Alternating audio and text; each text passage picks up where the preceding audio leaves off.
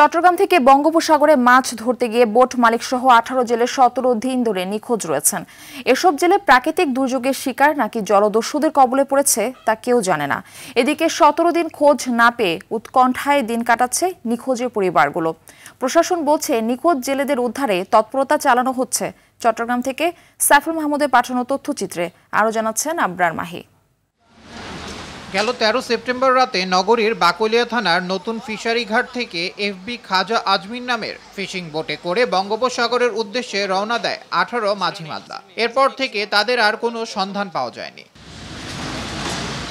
এ ঘটনায় গেল 24 September boat মালিকের স্ত্রী সেলিনা আক্তার চট্টগ্রামের সদরঘাট নৌ থানায় একটি সাধারণ ডায়েরি করেন। নির্ধারিত সময়ের মধ্যে না ফেরায় তাদের খোঁজে দিশেহারা পরিবার। 13 তারিখ রাতে এই ট্রলারটা চট্টগ্রাম থেকে সাগর উদ্দেশ্যে রওনা দেয়। আব্বু যেহেতু ইঞ্জিনিয়ার কাজ জানে, ওই হিসেবে আব্বু প্রথমবার গেছে সাগরে। আজকে প্রায় 17 দিন হয়ে গেছে। 18 জন মাঝি মাল্লা সহ এখনো ট্রলারটার কোনো খোঁজ খবর পাওয়া যাচ্ছে না। আমার যেটা ধারণা হয়তো বা আকবর আঙ্কেলের কোনো শত্রু আছে যারা এই ঘটনাটা ঘটাইছে। আমার ছেলে গেছে দুটি পরে গায়েব। আমার ছেলেটা চাই স্যার, আমার ছেলে দুটো বাচ্চা আছে ছোট ছোট, সেই জন্য আমার ছেলেটা চাই স্যার।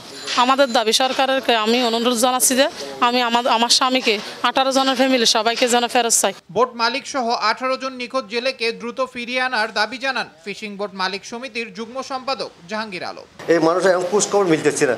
হয়তো আমাদের জানা সত্ত্বেও তো আমরা মাঝে মাঝে বোট অ্যাক্সিডেন্ট হলে কোনো জ্বরের কবলে পড়ে, ডাকাতের কবলে বোট মাছ ফেলে, কিছু লাশ হলে সাগর পাশে।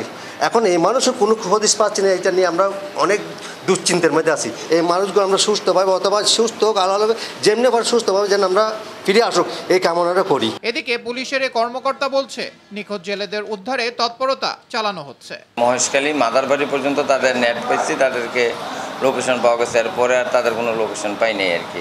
সাগরের আশপাশ যত থানা আছে সব থানাতে আমরা আপনার তথ্য নিচ্ছি আর কি। সরকারের শুধু আশ্বাস নয়, নিখোঁজ জেলেদের দ্রুত উদ্ধারের দাবি পরিবারের। আবরার মাহি, RTV।